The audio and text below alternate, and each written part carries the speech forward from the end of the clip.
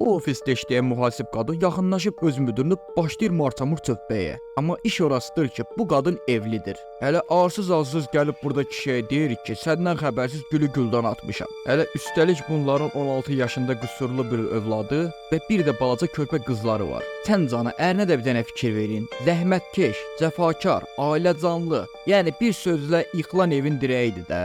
Gəlin onda baxaq görək bu yıxılmayan evin dirəyin arvad niyə yıxdı? Walter White IQ-su yüksək və istedadlı biridir. Buna görə də o bir məktəbdə kimya müəllimliyi edərək öz ailəsini dolandırmağa çalışırdı. Walter kənardan sakit, biraz özünə qapalı, hətta utancaq deyəcəyimiz biridir. Əlbəttə belə insanları həyatımızda da tez-tez görmək mümkündür. Amma iş orasıdır ki, həyat bir çoxu kimi bu adama da gülməyib. Yəni bu adamın da bir çoxumuz kimi maddi problemləri bitməyir. Kimya müəllimliyi edən White ailəsini dolandırmaq üçün ikinci bir part-time işdə işləməyə məcburdur. Onun işi isə avtomobilləri yumaqdır. Bunların hamısı bir kənara, White ətrafında da hörmət görməyən biridir. Hətta öz yaxın tələbələri belə onu alçaltmaqdan çəkinməyirdi. Lakin Walter White'ın əsl qırılma nöqtəsi isə günlərin bir günü xərçəng xəstəsi olduğunu öyrəndiyi səhnədir. Məsələ burasıdır ki, bu adam ömründə siqaret belə çəkməyib və sadə bir həyat yaşayıb. Həkim isə ona çox ömrünün qalmadığını, hətta yaşamının sonlarına gəldiyini deyir. Elə bundan sonra biz izləyicilər də Walter White'ın yavaş-yavaş Heisenberg'ə dönüşməsini izləyirik.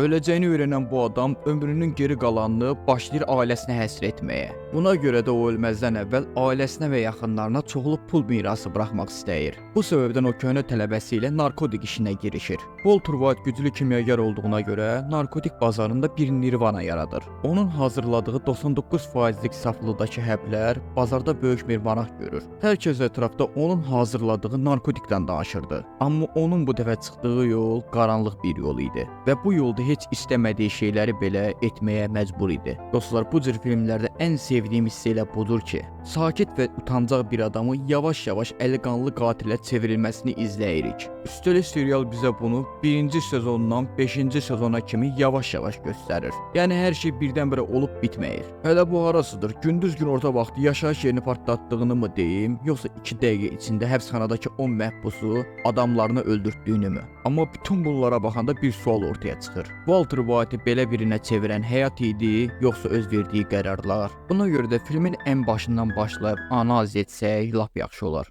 Diqqətlə baxsaq, Walter'ın bu yaşadığı həyatdan heç də zövq almadığını rahatlıqla görə bilərik. Hətta o öz yaxınlarının belə yanında çəkingən və hər şeydən bezmiş kimi görünürdü. Amma bu narkotik işinə başladıqdan sonra bunu tez-tez ailəsinə görə etdiyini deyirdi. Amma əslində biz də bilirik ki, elə deyildi. O bir neçə narkotik işindən sonra gözəl gəlirlər əldə etməyinə baxmayaraq bu işdən geri çəkilmək istəmirdi. Elə serialın axırıncı, yəni 5-ci sezon finalında da öz yoldaşına belə deyirdi. One more time that you did this for the family. I did it for me. I liked it. I was good at it.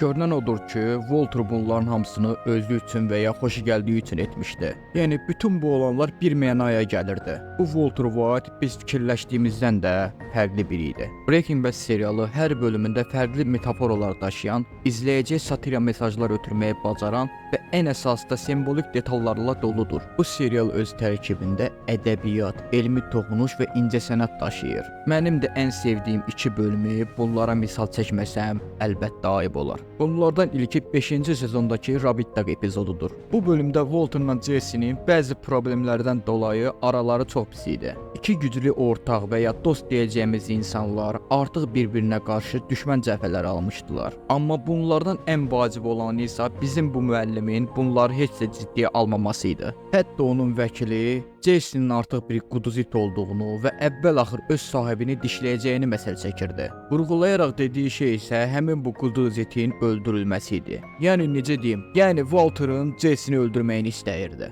Lakin Walter buna sərt bir şəkildə qarşı çıxmışdı. Çünki o Jesse'ni adamı və ortağı yerinə öz doğma oğlu kimi görürdü və onu incitmək istəmirdi. Jesse isə daha çox intiqam almaq istəyən saatlı bir bomba olduğundan onu dinləmək belə istəmirdi. Lakin bu etdiklərinin ağır bir cavabı olacaq idi. Əlbəttə, dediyim kimi Breaking Bad tərkibində ədəbiyyat və simvolik mənalar daşıyan möhtəşəm bir serialdır. Bunlara məsəl olaraqsa ən sevdiyim ikinci bölümü misal çəkəcəm. Ozymandias-ı. Ayrıca onda nəzərinizdə çatdırım ki, IMDb reytinqində göründüyü kimi bu bölüm serialın tam kulminasiya nöqtəsidir. Bəs nə deməkdir bu Ozymandias? Dostlar, bu Percy Shelley-in yazdığı gözəl bir qafiyəli şeirdir. Hekayəyə görə dünyanı gəzən bir gəzgin təsadüfən bir gün dağılmış heykəllə qarşılaşır. Heykəlin üstündə isə belə yazılıb: Mən padşahların padşahı Ozymandiasam. Ey qüdrətli və ümidsiz olanlar, işlərimə baxın. Bundan sonra gəzgin ətrafa çönüb baxır ki, ətrafda heç nə yoxdur. Yəni zaman yenə öz sözünü deyib və padşahın qurub yaratdıqlarından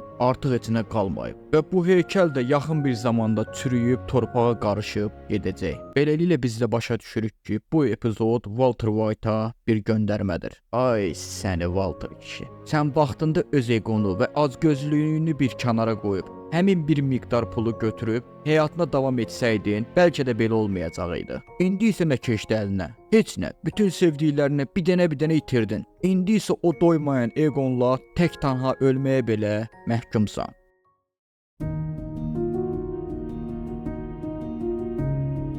Mənim də sevdiyim filozoflardan biri olan Friedrich Nietzsche'yə görə bir insan təkamülünü başa vurduqda o bir fövqəl insana çevriləcəkdir. Bəs nədir bu fövqəl insan və ya nə kimi xüsusiyyətləri var? Fövqəl insan ətrafın ona məruz buraxdığı təzyiqi heçə sayan biridir. Bu insan öz idealları uğruna edə bilməyəcəyi heç nə yoxdur. Fövqəl insan bir sürünün düşüncəsi ilə deyil, öz düşüncəsi ilə hərəkət edən biridir. Bu insan tamamilə özgüvənli, müstəqil və tam olaraq azad biridir.